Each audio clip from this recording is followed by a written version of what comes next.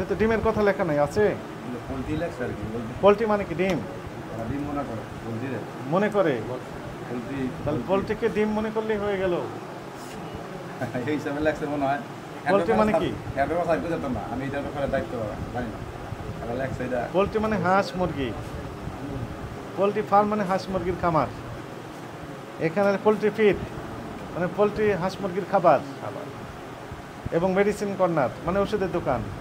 তার মানে হচ্ছে পোলট্রির সাথে রিলেটেড যে মেডিসিন সেগুলো উনি বিক্রি করেন এবং সাপ্লাই করেন তাই লেখা আছে এখানে এবং কি সরবরাহ করেন সেটাও লেখা আছে উন্নত মানে ব্রয়লার সরবরাহ করেন লেয়ার সরবরাহ করেন কক মুরগির বাচ্চা খাদ্য এবং ওষুধ সরবরাহকারী প্রতিষ্ঠান ডিম সরবরাহকারী প্রতিষ্ঠান লেখা আছে বলেন সেটাও নাই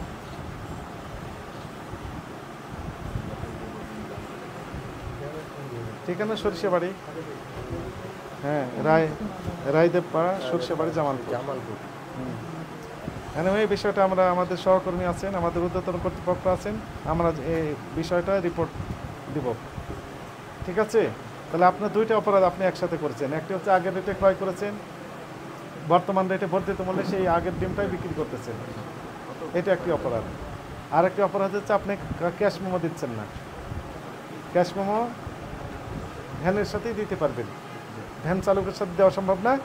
এখন দিতেই স্যার কারণ না দিয়ে ভয় নাই এবং সেটা আপনি জানতেন তারপরে দেন না দিতেই পারি মানে আরেকটা স্যারের জিনিস হলো রাত্রে আমরা স্যার যে রেটটা দিব যে রাতে তো রেট করতে পারি না কখন রেট করতে পারে সকালে আমরা বিক্রি করার পর সন্ধ্যার সময় সকালে আমরা রেট মানে এখনো তো রেট হয়নি রেট দেবেন কখন না রেট দিয়ে আমরা এই সকালবেলা সকালে কিভাবে রেট দেন ওই যে কিনার উপর নির্ভর করে আমরা এটা পান কখন তেজগাঁও হারা ওই যে আমার হেরা খেতে হ্যাঁ হ্যাঁ ওই সব করে বিক্রি করে তেজগাঁও থেকে আপনাদেরকে বলে দেয় মানে আমরা এইটা ফলো করে আসি ফলো করেন তার মানে ওখানে যেটা রেট দেয় সেই হিসেবে আপনারা রেট দিয়ে দেন তাহলে তো আপনি কিনার উপর বিক্রয় মূল্য তো নির্ধারণ হচ্ছে না নির্ধারণ হচ্ছে তেজগাঁওয়ের উপর তেজগাঁও আগে SMS দিত এখন SMS দেয় না ফোনে ফোনে বলে দেয় মানে যে আমরা কিনার উপর করি অনেক সময় হেন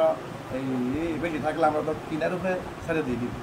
হেন তো অনেক সময় কাস্টমার নিতে চায় না তেজগাঁও তাহলে আসল হ্যাঁ আসল হচ্ছে ডিমের মূল জায়গা হচ্ছে তেজগাঁও ওনারা বলেন যে আপনারা কাপ্তান বাজার থেকে নাকি ঠিক করেন না না আমরা স্যার কোনো এই জন্য করে আমরা কোনো মিটিং করি খবরটা কিভাবে পান কার মাধ্যমে এই হয়ে যায় টেলিফোনে হয় কাস্টমারে হয়ে যায় কাস্টমারে কয় এটা বিশ্বাস হলো আজকে আমি এমন কোন কাস্টমার আমি বলছি যে আজকে 11 টাকা 50 পয়সা দাম বিক্রি করেন করবেন খবর টেলিফোনে হলোই টেলিফোনে আপনাকে বলি আমার টেলিফোনে আপনাকে বলি যে আজকে 11 টাকা 50 পয়সা বিক্রি করবেন আপনি করবেন না কিন্তু যদি আমি ফোন করে বলি যে আপনি 15 টাকা করে বিক্রি করেন আপনি সঙ্গে সঙ্গে লুকিয়ে নেবেন এটা বেশি বললে আপনি নিয়ে নেবেন অ্যাকসেপ্ট করবেন আর কম বললে আপনি অ্যাকসেপ্ট করবেন এর তো হলো না না কম বললো আমরা যে জানি যে আসলে অন্যান্য কাস্টমার কিনছে কত তখন বাইরে যে ব্যস্ত আমার অন্য না এগুলো হবে না হয় বেশি তাহলে আপনি এখন থেকে ক্যাশ মেমো দিবেন জি স্যার ক্যাশ মেমো দিবেন জি স্যার এবং আগেকার যদি কম দামে কিনা থাকে তাহলে কি করবেন বর্ধিত মূল্যে বিক্রি করবেন এটা তো হবে না এটা স্যার আমি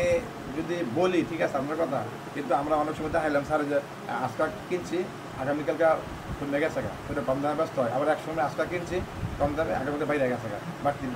বাড়তিও বেশি আবার কমও বেশি কম দামে বিক্রি করেন রেকর্ড রেকর্ড আছে আছে এই যে স্যার